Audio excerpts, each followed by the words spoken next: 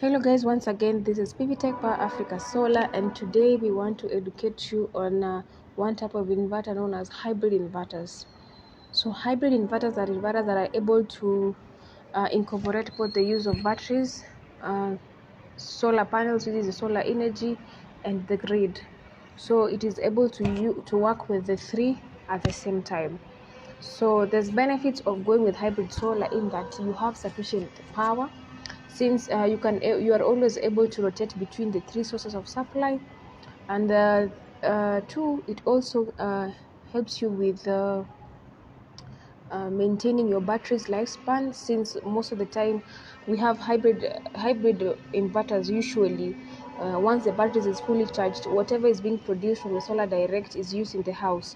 So batteries usually remain for night use, and it also depends with how you're using it. Is it a backup system?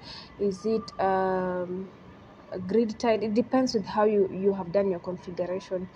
Three, it promotes efficiency, since you already have all the three sources of supply, so you can use both at the same time. Another thing is that it helps you also obviously reduce your bills, since Kenya Power is going to be used very minimal, not quite often. So we'll be uploading videos to educate you on what is best for you. So let's interact on our next session or our next video. Thank you.